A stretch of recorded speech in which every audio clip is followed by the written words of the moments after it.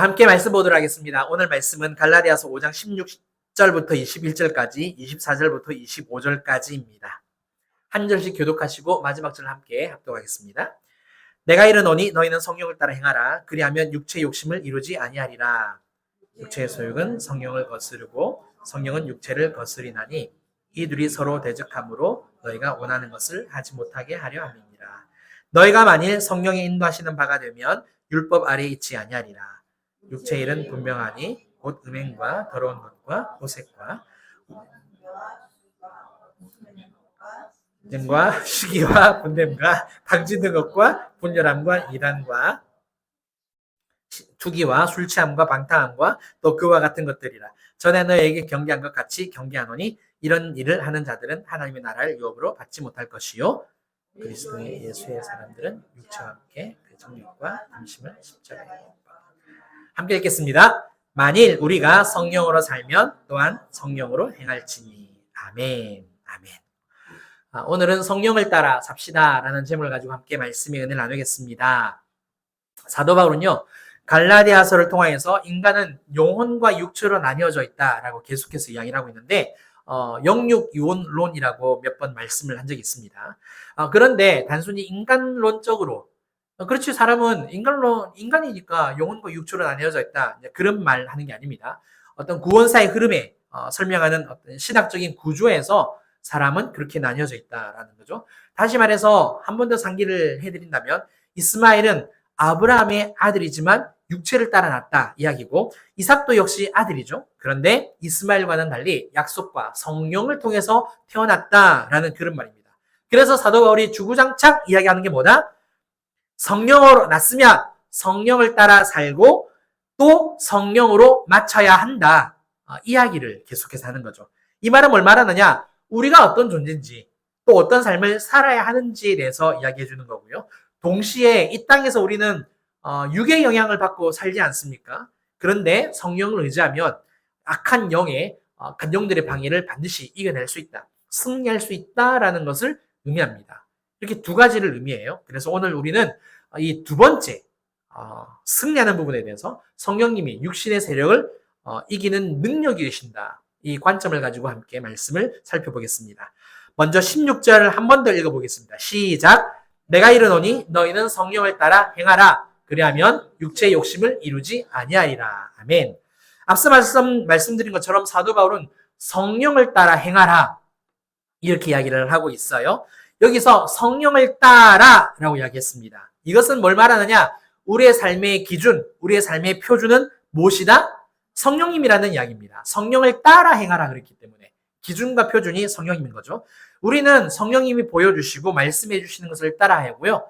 또 성령님이 우리에게 가르쳐 주시는 것, 본을 보여주시는 것들을 실천해야 한다는 거죠. 따라서 우리의 삶의 기준과 표준은 성령님이다라는 사실입니다. 우리가 성령을 따라 살면 어떤 일이 벌어진다고요? 그리하면 육체의 욕심을 이루지 않는다라고 말하는 거죠. 이 말은 다른 말로 뭘 의미하느냐? 우리가 죄를 범하지 않는다. 죄를 짓지 않는다라는 이야기입니다. 왜? 죄의 근원 중에 하나가 뭐다? 욕심이기 때문에 그래요. 욕심. 성경에서 최초로 죄가 드러난 사건이 무엇인지 아시죠? 바로 선악과 사건입니다. 뱀이 하와를 유혹하자 하와의 마음에 욕심이 생기죠. 어떤 욕심입니까? 창세기 3장 5절입니다. 함께 읽겠습니다. 시작! 너희가 그것을 먹는 날에는 너희 눈이 밝아져 하나님과 같이 되어 선악을 알 줄 하나님이 아심이니라. 뱀이 꼬시는 거죠. 와, 창세기엔 뱀이 말도 안 해.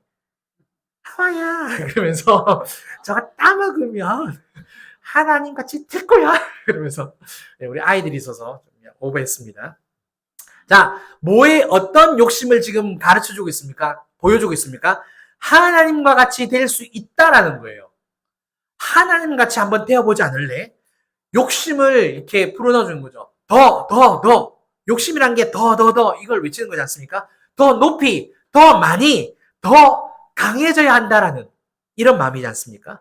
그리고 그 마지막 지점이 어디죠? 바로 하나님의 보좌입니다.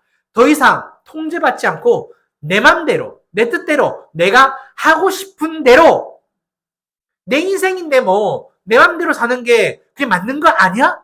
이런 생각, 이런 마음이 뭐다? 바로 뱀이 준 말이요 욕심이라는 이야기죠.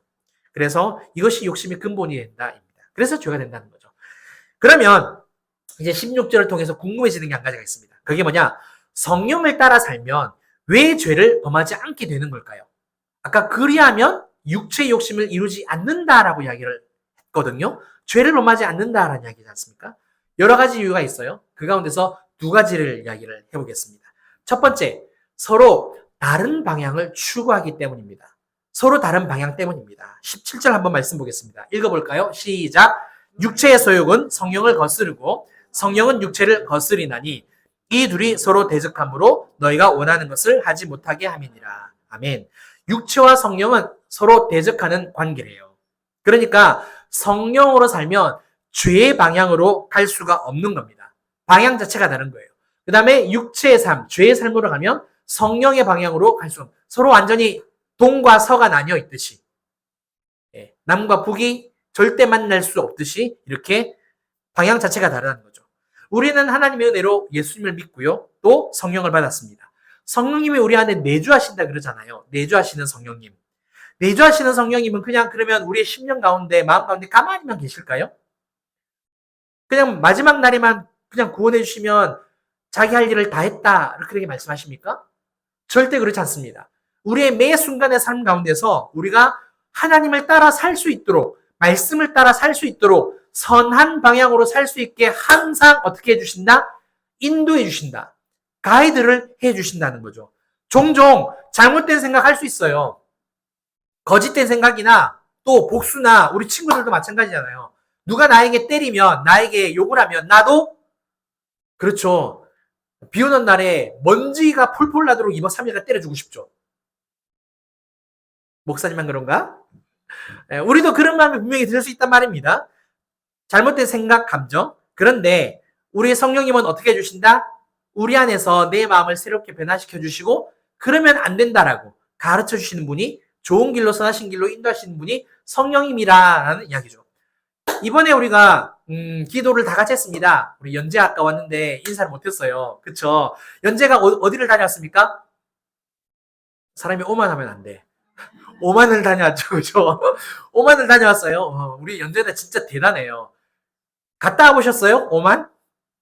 파키스탄 갔다 와보셨어요? 야, 우리 진짜 꿈도 꿔보지 못하는, 우리는 절대 그런 데 안 가는데. 가라고 해도 안 가는데. 그런 데를 막 용감무쌍하게 다녀온단 말입니다. 그쵸. 다녀오는데, 보세요. 그곳에서 많은 영혼들을 만났어요. 그 영혼들을 만났는데, 그들을 위해서 기도해 줬단 말이에요. 그러면 하나님께서 그 기도를 통해서 어떻게 해주신다? 예수 믿지 않는 그 영혼들을 인도해 주신다. 왜? 성령님이 역사하시니까. 성령님은 그런 일을 하신다는 거죠. 내주하시는 성령님이 우리를 어떻게 하신다? 좋은 길로, 하나님의 방향으로 인도해 주시는 역할을 하기 때문에 우리가 성령을 따라 살면 육체의 욕심을 이루지 않게 된다는 겁니다. 아멘. 두 번째예요. 성령의 능력이 죄의 능력보다 더 강하기 때문입니다. 에베소서 1장 19절 20절인데요. 사도 바울이 에베소 교인들을 위해서 중보하는 내용인데 제가 읽겠습니다. 기니까 눈으로 잘 따라오세요. 그의 힘의 위력으로 역사심을 따라 믿는 우리에게 베푸신 능력의 지극히 크심이 어떠한 것을 너희로 알게 하시기를 구하노라. 그의 능력이 그리스도 안에서 역사하사 죽은 자들 가운데서 다시 살리시고 하늘에서 자기의 오른편에 앉히사. 아멘. 죄의 삭은 뭡니까? 사망입니다. 그러니까 죄는 죽이는 것으로 모든 것을 끝낸다라는 거예요. 죽으면 끝이다. 사탄과 마귀가 우리에게 주는 생각이 뭐다? 죽이면 된다는 거예요. 죽으면 끝이라고. 그러면 인생 끝나는 거라고. 그런데 성령님은 우리한테 뭐라고 말씀하십니까?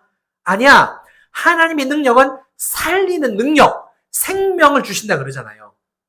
그러니까 이런 겁니다. 죄는 아무리 우리를 죽이고 또 죽여도 어떻게 하신다? 하나님은 살리고. 죄송해요. 오늘 오버를 좀 많이 합니다.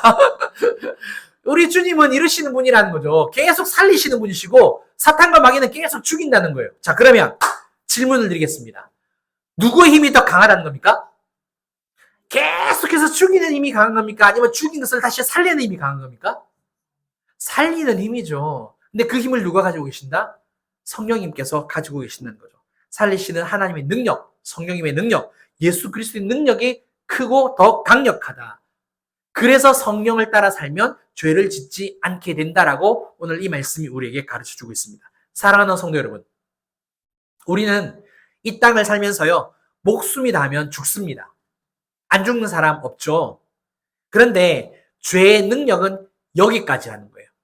사탄과 마귀의 능력은 딱 거기까지. 딱 죽는 그 순간까지. 그러나 우리 성령님의 능력은, 하나님의 능력은 다시 살리시는 능력임을 믿습니다. 아멘. 비단 성령님의 능력은 우리가 죽을 때만 나타나는 게 아니에요. 우리가 어쩔 수 없이 죄 가운데 빠졌을 때 우리의 영혼이 낙심합니다. 낭망하죠. 막 살아날, 회복될 기미가 도저히 안 보이는 그런 경우 있잖아요. 절망과 같은 그런 죽음의 순간 우리가 맞이하지 않습니까? 그런데 하나님은 우리 가운데서 어떻게 하신다? 아니야. 살아날 수 있어. 다시 할 수 있어. 항상 다시 할 수 있다라고 격려하시고 응원해 주시고 회복시켜 주시는 그 힘을 가지고 계시고, 그래서 우리에게 찾아와 주셔서 사랑의 마음으로 문을 두드려 주시고 우리 가운데서 회복시켜 주시는 능력을 주신다. 따라서 성령을 따라 살아가는 저와 여러분들 되시기를 주님의 이름으로 축원합니다. 이 다음에는요, 사도 바울이 말하는 육체의 일 중에서 몇 가지만 살펴보도록 하겠습니다. 19절 한번 보실까요? 육체의 일은 분명하니 곧 음행과 더러운 것과 호색과, 여기서 호색을 한번 살펴보겠습니다. 한번 필기하셔도 좋을 것 같아요. 메모하셔도 좋을 것 같습니다. 호색은요, 색을 밝힌다, 색을 좋아한다 그런 뜻이 아니고요, 방종을 말합니다. 방종을 말해요. 이제 무례하고 뻔뻔스러운 태도.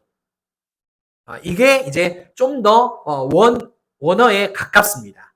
가까워요. 대표적으로 애굽의 바로가 이런 사람이었습니다. 성경에 이런 사람 되게 많이 나와요. 근데 바로가 이런 사람이었습니다.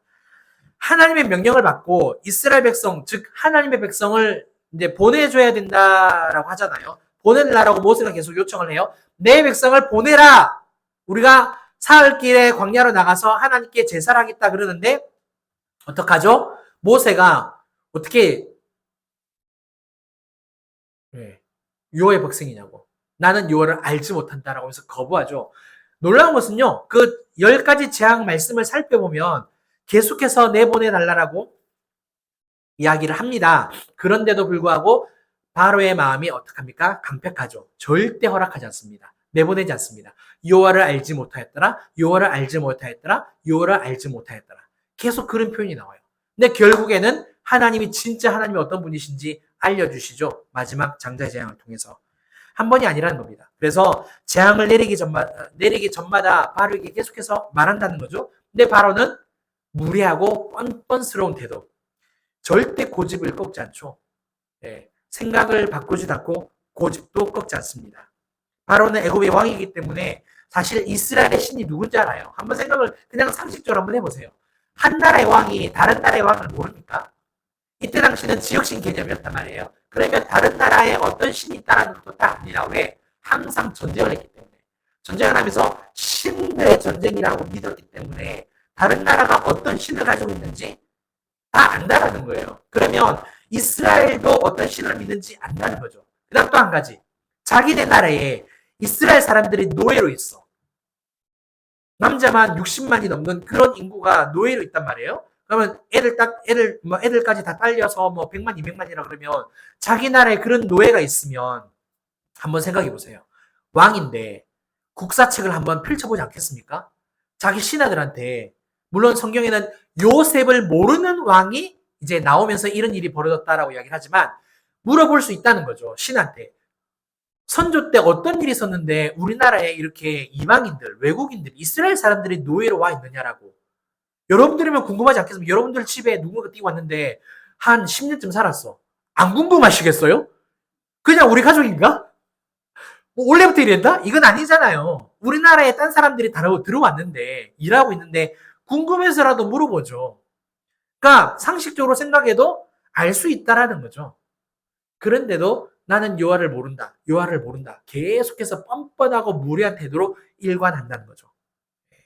바로가 그렇다는 겁니다. 근데 그게 호색이라는 거예요. 방종이라는 거예요. 자, 우리도 여기서 한 가지 적용을 한번 해보겠습니다. 우리도 호색한 사람이 될 수 있어요. 안타깝지만 우리의 생명, 삶, 우리의 소유, 물질, 돈 누구 겁니까? 내가 가지고 있으니까 내 거죠. 물론 우리가 말로는 하나님의 것이다 그러지만 은연중에 내 것이다라고 여기는 경우가 굉장히 많잖아요. 그래서 내 마음대로 쓰고 내 마음대로 내 의지대로 그냥 누리는 그런 삶을 살아가죠. 내가 아무리 꾹꾹 숨겨놓아도 하나님이 원하시면 전부 다 가져가실 수 있다라는 사실입니다. 그래서 이것을 인정하지 않고 무조건 내 것으로 주장하고 사는 그 삶이 방종한 삶이다. 그래서 우리도 그렇게 될 수 있다. 방종한 사람이 될 수 있다. 이것을 기억하시고 이 부분에서 아닙니다. 하나님 모든 것이 하나님의 것입니다. 라고 항상 고백하는 저와 여러분들 되었으면 좋겠습니다. 20절입니다. 우상 숭배와 주술과 원수 맺는 것과 분쟁과 시기와 분냄과 당 짓는 것과 분열함과 이단과 너무 많은데요. 여기에서 우상 숭배만 또 이야기를 한번 해보려고 합니다. 우리가 예수를 믿기 전에는 세상의 그 모든 것들이 다 우상이었습니다. 그렇죠? 모든 게 다 우상이잖아요. 그런데 예수님을 믿은 이후로는요, 우상이 바뀌어요. 뭐냐면 이제 눈에 보이는 것을 우상으로 섬기지는 않지 않습니까? 뭐냐? 눈으로 볼 수 없는 우상이 진짜 우상이라는 거거든요. 그게 있다는 겁니다. 그게 뭘까? 골로새서 3장 5절입니다. 제가 읽겠습니다. 그러므로 땅에 있는 지체를 죽이라. 곧 음란과 부정과 사욕과 악한 정욕과 탐심이니 다 함께 읽겠습니다. 시작. 탐심은 우상 숭배니라. 바로 탐심이에요. 탐욕. 성경은 뭐라고 말합니까? 신명기 6장 4절 5절 암송하시는 분.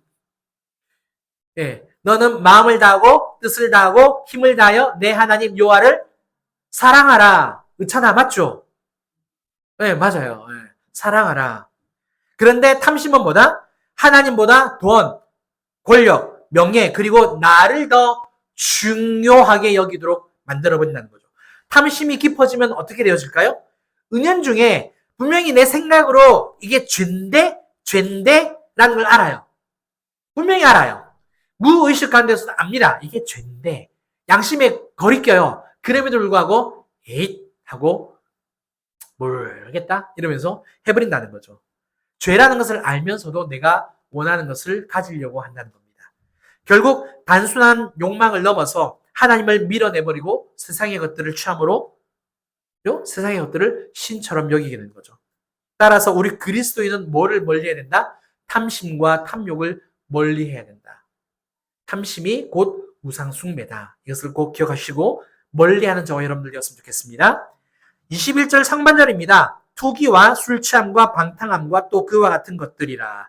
자, 여기에서는요 다 살펴보지 못하겠고 술 취함에 대해서 잠깐 이야기를 하려고 합니다. 사실 설교 가운데 이야기하는 게 조금 참 어렵기는 합니다. 어렵기는 하지만 그래도 살짝 언급하고 넘어가겠습니다. 성경에서요 술 취함에 관한 구절을 찾아보라고 한다면요 로마서 13장 13절 상반절 술 취하지 말라 나오고 에베소서 5장 18절 술 취하지 말라 이는 방탕한 것이니 오직 성령의 충만함을 받으라 말씀 나오고요. 잠언 23장 31절 여기가 제일 세게 나옵니다. 한번 잠언 말씀 보도록 할게요. 29절부터 제가 읽어드리겠습니다.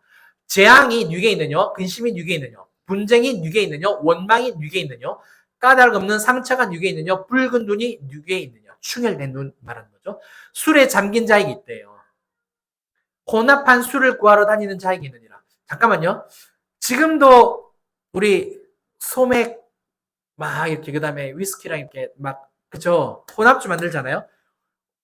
솔로몬이 있었던 당시에도 소맥을 말한다 봅니다. 자, 넘어가겠습니다. 자, 31절. 포도주는 붉고 잔에서 번쩍이며 순하게 내려가나니 자, 너는 그것을 보지도 말지어다. 술을 쳐다보지 말래요. 술 마시지 말는 걸 더 강하게 쳐다보지도 말라. 자, 그러면 이런 질문을 할 수 있을 것 같아요. 마태, 마가, 누가복음을 읽어보신 분들은 알 겁니다. 예수님도 포도주를 마셨습니다. 바리새인들이 이렇게 막 정죄하잖아요. 세리와 함께 포도주를 즐겨 마셨다. 이런 이야기를 해놔요. 했어요. 성경에도 기록돼 있고. 또 죽으시기 전에 포도주를 드시면서 심지어 본인만 마셨습니까? 아이고 12제자에게 아이고 같이 좀 마시지. 권했다는 거죠. 그죠? 예수님도 포도주를 마셨는데 그러면 뭐지? 자, 이 부분을 이해하려면요. 문화와 환경을 조금 살펴봐야 됩니다. 이스라엘은 물이 귀한 나라입니다. 물론 가보진 않았는데요. 모든 학자들과 자료들이 그렇게 이야기를 하고 있습니다. 아무래도 중동 지역이 좀 그렇죠. 물이 귀한 나라죠. 오죽했으면 성경에서도 이른 비와 늦은 비, 그 다음에 그 비가 내리지 않을 때는 어떻게 농작물이 자란다고 이야기합니까? 이스라엘에 헐몬산이 있습니다. 헤르몬산. 거기에 내려오는 그 이슬로 인하여서 자란다 그러죠. 그래서 독일이 맥주가 기본 음료가 되듯이 그쪽 유럽은 진짜 와 그냥 물로 이를 닦으면 장난 아니잖아요. 그 석회가루가 이렇게 막 많지 않습니까? 포도주도 마찬가지라는 겁니다. 중동도. 그래서 기본 음료였습니다. 그래서 물에 희석해서 마시는 경우가 굉장히 많았죠. 생각을 해보세요. 지금이야 좋은 냉장고가 있죠. 집에다 있잖아요. 한두 개씩. 근데 그때 당시는 냉장고가 네, 이때 당시 이 나라는 더운 나라란 말입니다. 포도주를 담그면 무조건 발효가 될 수밖에 없는 거죠. 그러니까 계속해서 물을 타서 이렇게 희석해서 마셨다는 거죠. 예수님이 포도주를 마시긴 했지만 취하기 위해서 마신 적이 없다라는 겁니다. 취하기 위해서. 우리가 기억해야 할 것은 뭐냐면요. 술은 사람을 취하게 만든다는 겁니다.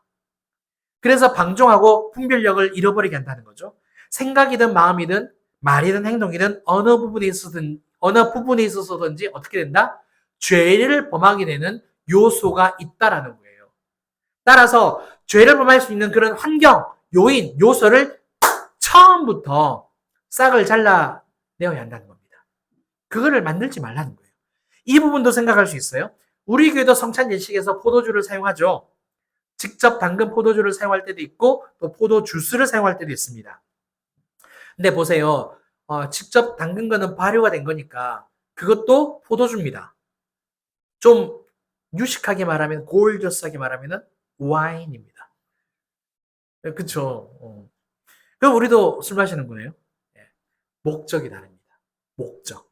목적이 뭡니까? 예수님이 나를 위해 피 흘리심으로 내 죄가 속죄받았습니다. 이것을 기념하기 위해서 우리가 마시는 거지 않습니까? 목적이 중요하죠. 사도 바울이 그 사랑하는 제자 디모데에게도 아들과 같은 디모데에게도 포도주를 마셔라 라고 이야기합니다. 왜 그렇습니까? 디모데에게 지병이 있었습니다. 뭔지는 모르지만 속이 좀 안 좋았던 것 같아요. 내장이. 그래서 포도주를 마심으로 좀 고쳐라 그런 이야기도 하고 있습니다. 제가 요로결석에 걸린 적이 있다라고 한번 옛날에 말씀드린 적이 있을 거예요. 자, 요로결석에 걸리면 뭐를 많이 마시라고 이야기합니까? 두 가지. 첫 번째는 물, 두 번째는 맥주. 왜 맥주가 사실 큰 도움은 안 된다라고 막 이야기는 하고 있습니다만, 그냥 정설에 의하면, 저 맥주를 많이 마시면 좋다. 그래서 사람들이 요로결석에 걸리면 오히려 더 술을 더 많이 마신다 그러잖아요. 이유인즉슨 뭡니까? 그 안에 결석이 이제 빠져나간다. 쉽게 배출이 된다. 뭐 도와준다. 자, 제가 요로결석에 걸렸을 때 대신방 기간이었습니다. 부목사 대신방 기간이었어요. 상식적으로 한번 생각을 해볼까요? 목사가 술 냄새를 펄펄 풍기면서 신방을 다니면서 생각을 해봐요. 예? 그런데 변명을 해야 되잖아요. 변명이 뭡니까? 요로결석 때문에 어쩔 수 없이 제가 맥주를 좀 마셨다라고 이야기를 한다면 신방을 받는 성도님들은 100%다 완벽하게 이해를 해 주실까요? 절대 그렇지 않죠. 아마 앞뒤, 문맥, 맥락, 전후 사정 다 잘라버리고 김지현 목사 술 마셨다? 이런 소문이 전 교인에게 다 퍼질 겁니다. 자, 그러면 소문이 교회 안에만 퍼질까요? 아니죠. 여러분들도 아는 사람에게 다 이야기. 온 동네방네 다 소문날걸요? 본인들이 아는 모든 교인들한테 다 이야기할 겁니다. 뭘 말씀드리려고 하느냐. 그 이야기를 굉장히 많이 들었거든요. 근데 안 냈어요. 목사는 절대 그러면 안 된다. 힘들어도 그냥 그 파쇄술이죠. 굉장히 아팠는데 그거를 거의 한 6주, 7주 계속 이렇게 초음파로 맞아서 결국 부서져서 이제 나왔거든요. 병원에서도 수술로 그냥 3일 만에 끝내면 된다.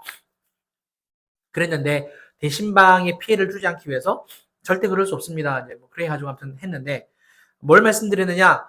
자신에게도 서로에게도 좋지 않은 영향을 끼치지 않기 위해서. 그래서 술을 왜 성경에서 사실 성경 딱 그 본문에서는 술을 오늘 잠언 말씀에서는 쳐다보지도 말라라고 했지만 다른 구절에서는 마시지 말라라는 건 사실 나와 있지는 않습니다. 술 취하지 말라라는 건 있어도. 근데 문화적인 측면 때문에 그래요. 우리나라는 문화가 그렇게 형성이 됐습니다. 문화가. 선교사님들이 우리나라에 들어와서 딱 보니까 예수님을 믿으면서도 너무나도 나태하고 방자한 그런 방종한 신앙생활을 했더라는 거죠. 그래서 4대 악을 규정하고 막았어요. 우리나라에서. 그래서 첫 번째 술 마시지 말라. 술을 마시지 말고 두 번째 담배 피지 말라. 세 번째 축첩. 이게 뭐냐면 첩을 두지 말라. 그다음에 네 번째는 이단에 빠지지 말라.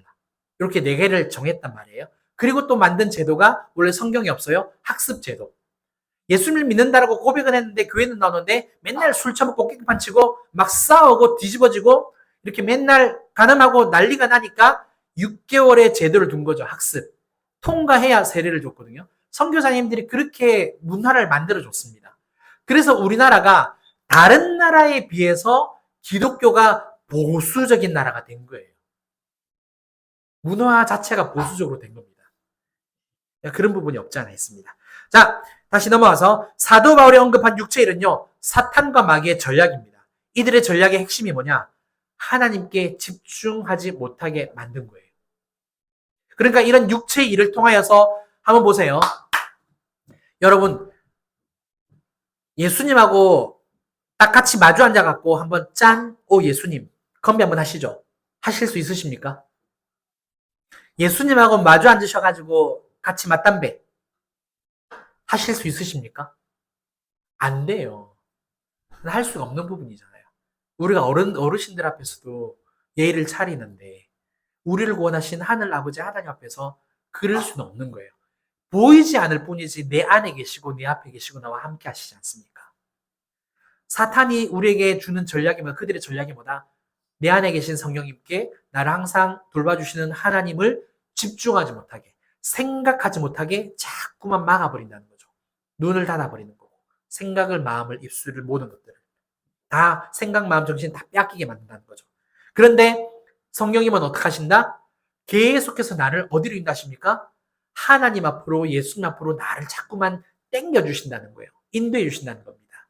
주님이 계속 생각날 수 있게, 주님의 이름을 더 부를 수 있게, 주님을 더 찬송할 수 있게, 말씀 앞으로 자꾸 나아갈 수 있도록 하시는 일이 성령님이 하시는 일이다. 그래서 성령을 따라 살면 육체의 욕심을 이루지 아니하리라. 사랑하는 성도 여러분, 앞서 말씀드렸습니다만 성령의 인도하심이 우리 삶의 표준이고 기준인 줄 믿습니다. 아멘. 따라서 육체의 소욕과 성령의 소욕이 서로 추구하는 것은 반대 방향이다. 그래서 반드시 우리가 성령님을 선택해야만 성령으로 살 수 있다. 그리고 성령의 능력은 어떤 능력이다? 죽이는 능력이 아니라 살리는 능력이다. 이것을 꼭 믿으시고 오직 성령님을 따라 살아가는 저와 여러분 되시기를 주님 이름으로 축원합니다. 우리 함께 찬양하고 기도하면서 나가겠습니다. 우리 예수 사랑합니다. 우리 찬양 드리겠습니다.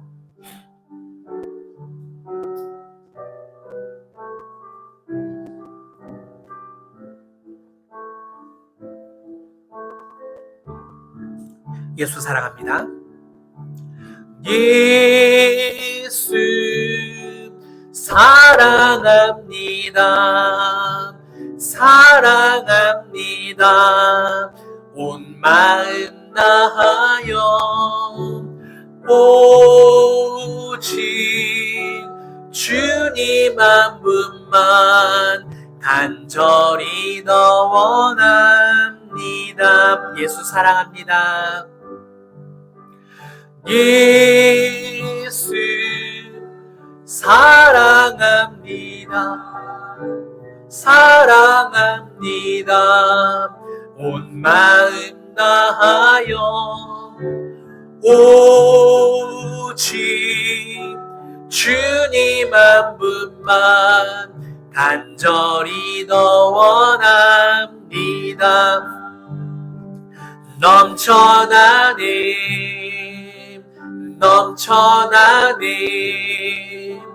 주를 향한 내 속에 갈망이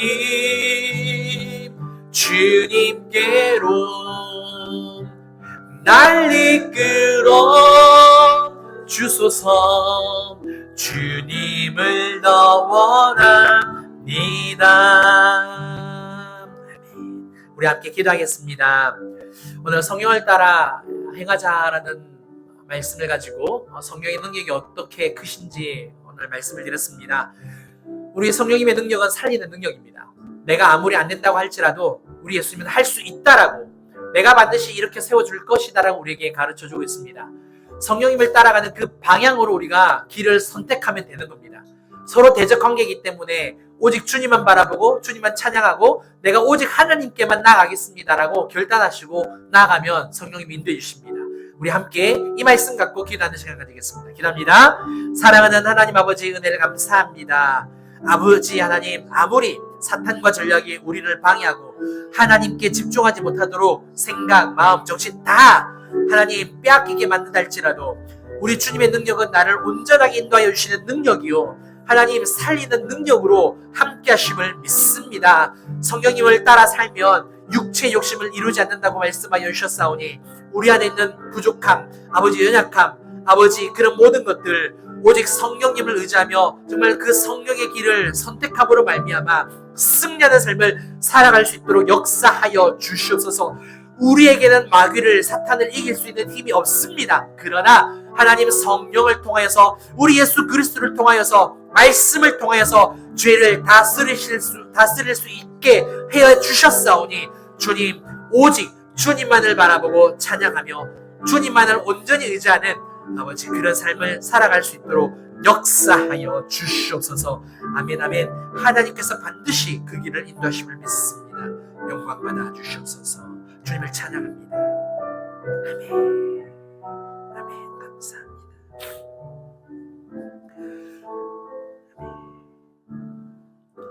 사랑과 내가 풍성하신 하나님 아버지를 감사합니다. 우리 하나님께서 오늘도 귀한 말씀 허락하여 주셔서 감사합니다. 하나님, 이 험한 세상 가운데서 우리가 때로는 갈 바 알지 못하고 방황하고 헤맬 때가 분명히 있음을 봅니다. 내 생각이 옳다 맞다라고 하지만 또 돌아보면 아닌 것을 알 때도 있습니다. 주님, 우리의 연약함을 우리가 인정하고 항상 성령님을 선택하고 성령의 길을 따라갈 수 있는 우리 모두가 되기를 간절히 소망합니다.